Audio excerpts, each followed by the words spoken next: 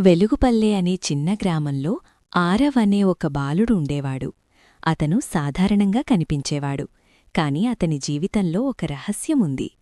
ప్రతి రాత్రి అతనికొక కల వస్తుండేది. ఆ కలలో ఒక ప్రకాశించే దీపం కనిపించేది, మరియు ఒక గూఢమైన స్వరం వినిపించేది.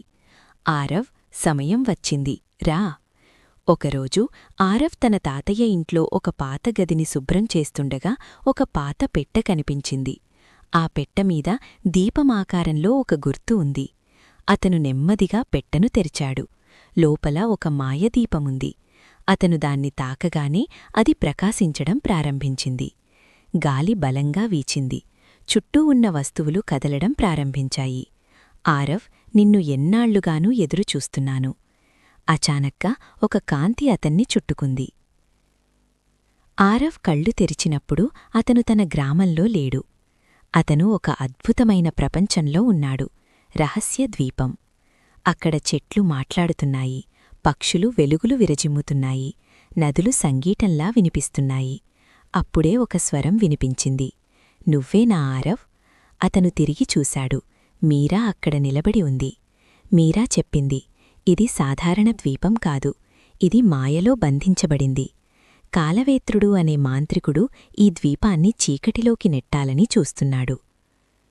ప్రయాణం ప్రారంభమైంది. మొదటి పరీక్ష ధైర్యం. ఆరవ్ ఒక చీకటి గుహలోకి వెళ్లాడు. అక్కడ భయంకరమైన నీడలు కనిపించాయి. ఒక రాక్షసం అతని ముందుకు వచ్చింది. వెనక్కి వెళ్ళిపో. ఆరవ్ భయపడ్డాడు, కాని అతను ముందుకు నడిచాడు. అప్పుడే అన్ని నీడలు మాయమయ్యాయి. రెండవ పరీక్ష నమ్మకం. ఒక అగాధం ముందు నిలబడ్డాడు. ఎక్కడా దారిలేదు. మీరా చెప్పింది, నమ్మకముంటేనే దారి కనిపిస్తుంది. ఆరవ్ అల్లు మూసుకున్నాడు. ముందుకు అడుగు వేశాడు. అప్పుడే ఒక అజ్ఞాత దారి ఏర్పడింది. మూడవ పరీక్ష హృదయం. కాలవేత్రుడు మీరాను బంధించాడు. దీపం నాకిస్తే ఆమెను వదిలేస్తాను. ఆరవ్ ఆలోచించాడు. తనను కాపాడుకోవాలా లేక తన స్నేహితురాలిని కాపాడాలా? అతను నిర్ణయం తీసుకున్నాడు. నేను నా స్నేహితురాలిని వదిలిపెట్టను. అప్పుడే దీపం ప్రకాశించింది. చివరి పోరాటం ప్రారంభమైంది. కాంతి, చీకటి మధ్య యుద్ధం.